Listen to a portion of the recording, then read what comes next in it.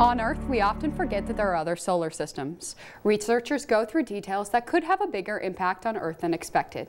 Asteroid expert Paul Hardersen is here to talk to us about his research. Thanks for being on the show today, Paul. My pleasure. All right, so kind of tell me, what got you interested in studying space originally? Actually, from my first memory is I saw the last Apollo launch back in 1973.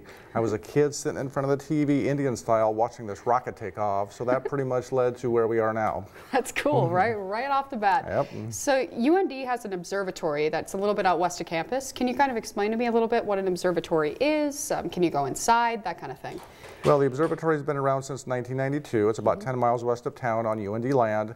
And what we have there now are 3 telescopes. They're internet controllable, so students at UND that take classes, for example, can log onto their computer, run the telescope from their dorm, and do some work. So our idea here is to make this as easy and convenient as possible so students can focus on the actual science and not worry about the hardware.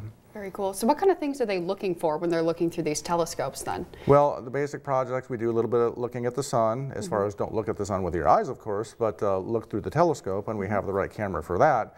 We look at asteroids, try to find out their rotation rates, look at stars that pulsate in different ways. So there's a variety of things we do.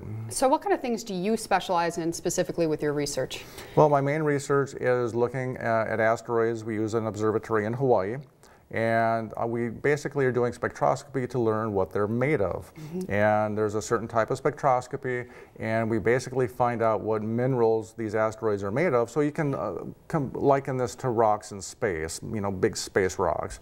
And the big fundamental goal here is tying this back to the early solar system and understanding, well, what was the chemistry, the heating conditions, what was it like here when, even before Earth formed and all the planets? Because the asteroids are the building blocks that made the planets. Okay, so you were telling me that you spend a lot of time out in Hawaii.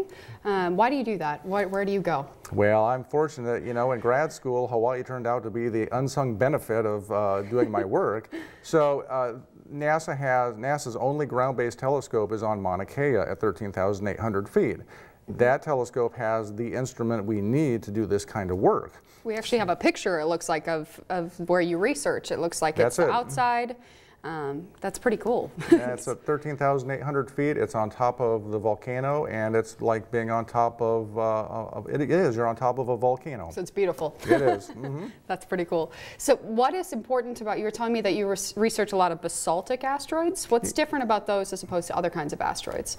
Well, asteroids are really different. There's a huge variety, and that's one of the things we've learned in the past 20 years is the diversity in their mineralogy, the rock types, the amount of water, ice some of them have is just ridiculously diverse. It's like a wild zoo of different creatures. Yeah. And this all relates back to, well, one fundamental question is, well, how many planets like Earth could there be around other stars?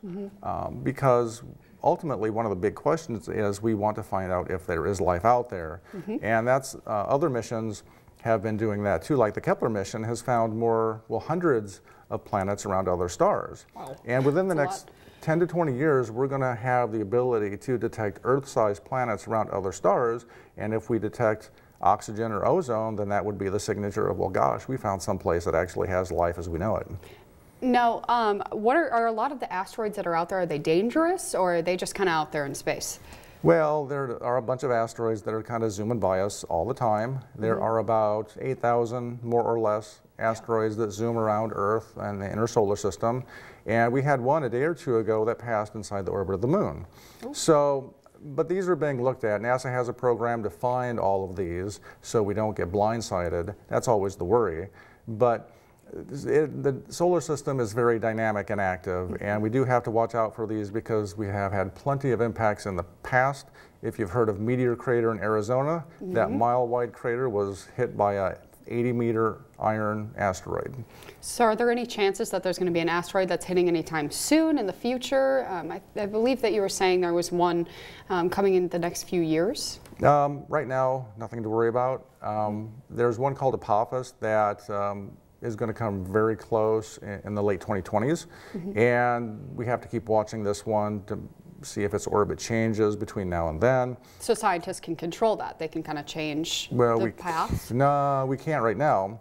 For example, if we found an asteroid, say, a week away from a definite impact, we couldn't do anything about that at all. If we have a few years notice, then we could possibly do something.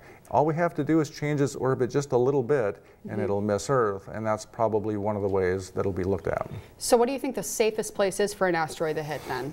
Well, yeah, if I had my choice for an asteroid impact, as I think I told you before, and I love Australia, mind you, but it would be in the middle of Australia because it's isolated and there aren't as many people there or life. Yeah, it's not a big city. Right.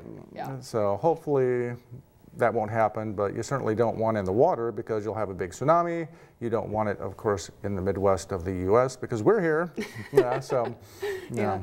So why do you think it's important for kids and adults to know things about space? Well, you know, Earth is not the whole universe, and asteroids impact the sun, has solar flares and eruptions that can impact the power grid on Earth. So we live in a dynamic solar system, and we have to watch out what's going on. Fabulous. All right, thanks for being on the show today, Paul. Thanks.